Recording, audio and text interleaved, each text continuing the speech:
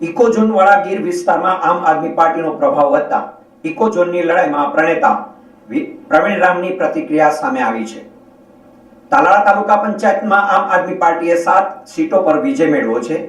આ પ્રદેશ નેતા પ્રવીણ રામનું ગામ તાલુકા પંચાયત ઘુસિયા બેઠક પરથી તેમના ભાઈ મયુર રામનો ભવ્ય વિજય થયો છે। તાલાળા, વિસાવદર, ધારીના ઇકોઝોન વાળા વિસ્તારોમાં આમ આદમી પાર્ટીનો પ્રભાવ વધતો દેખાયો છે। તાલાળાની 7 સીટોમાં આમ આદમી પાર્ટીના ઉમેદવારનો વિજય થતા આપ નેતા પ્રવીણ રામે પ્રતિક્રિયા આપતા જણાવ્યું હતું કે આ ઇકોઝોનની હાર છે, તેમજ ખેડૂતો અને આમ આદમી પાર્ટીની જીત છે। આ પરિણામો પરથી ગીરના લોકોએ ઇકોઝોનને જાકારો આપવાનું કામ કર્યું છે। 2027માં સમગ્ર ગુજરાતમાં આમ આદમી પાર્ટી ફરી વળશે એવો વિશ્વાસ પ્રવીણ રામે વ્યક્ત કર્યો હતો। નમસ્કાર મિત્રો, ગીર વિસ્તારની અંદર આમ આદમી પાર્ટીને ખૂબ મોટી ભવ્ય સફળતા મળી રહી છે।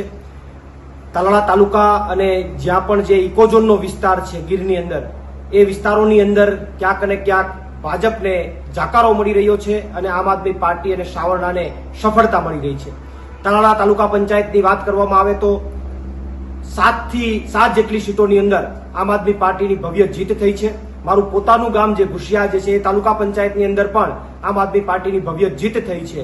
ત્યારે હું ગીરના લોકોને અભિનંદન પાઠવું છું અને આ જે ભવ્ય જીત મળી છે એના ઉપરથી પ્રસ્થાપિત થાય છે કે ઇકોઝોનની હાર થઈ છે, ભાજપની હાર થઈ છે અને ગીરના લોકોની જીત થઈ છે, આમ આદમી પાર્ટીની જીત થઈ છે, હાવરણાની જીત થઈ છે। ત્યારે હું ગીરના તમામ લોકોને અભિનંદન પાઠવું છું અને ગીરના લોકોએ અહીંથી સ્પષ્ટ સંદેશ પણ મોકલ્યો છે આ પરિણામના માધ્યમથી કે ઇકોઝોન ગીરના લોકોને મંજૂર નથી।